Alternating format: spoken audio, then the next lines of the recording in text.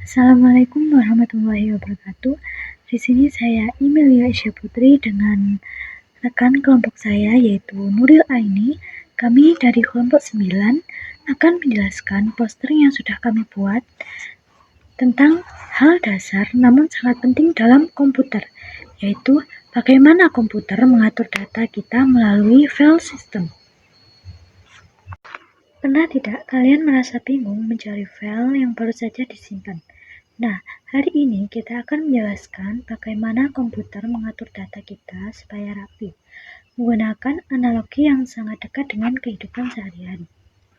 Kenapa kami memilih analogi struktur organisasi perusahaan? Karena pada dasarnya sistem komputer itu sangat logis dan hierarkis. Sama seperti perusahaan yang punya bos besar hingga karyawan. File di komputer juga punya tingkatan kekuasaan atau posisi. Analogi ini memudahkan kita membayangkan bahwa data itu tidak bertebaran begitu saja, tapi ada rumah dan alurnya. Mari kita bedah satu persatu. Pertama, kita bicara soal konsep pohon atau tree struktur. Bayangkan sebuah pohon terbalik di mana akarnya berada di atas. Di komputer, akar ini disebut root story. Kalau dianalogikan dalam sebuah perusahaan, root ini adalah CEO atau pendiri. Dia adalah titik awal dari segalanya. Nah, dari CEO atau root tadi muncul cabang-cabang yang kita sebut di story atau folder. Dalam perusahaan, ini disebut departemen.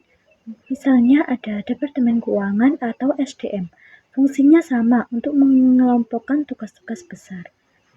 Lalu, kalau kita masuk lagi ke dalam departemen, ada bagian yang lebih spesifik yang kita sebut divisi atau subfolder.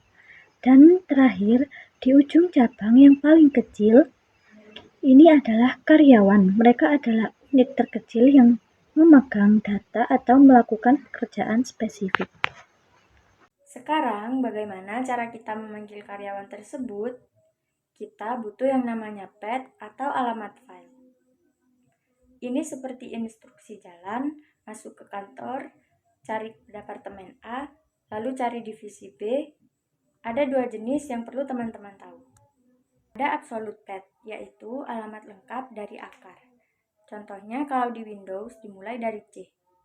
Dan ada relative path, yaitu alamat yang berdasarkan lokasi kita berada sekarang. Jadi tidak perlu sebut dari awal kalau kita sudah berada di dalam folder yang sama. Yang terakhir, supaya perusahaan atau komputer kalian tidak berantakan, kami punya beberapa tips. Yang pertama, gunakan nama yang jelas. Jangan beri nama file dengan kata-kata yang tidak jelas, karena itu akan membingungkan. Kedua, hindari spasi.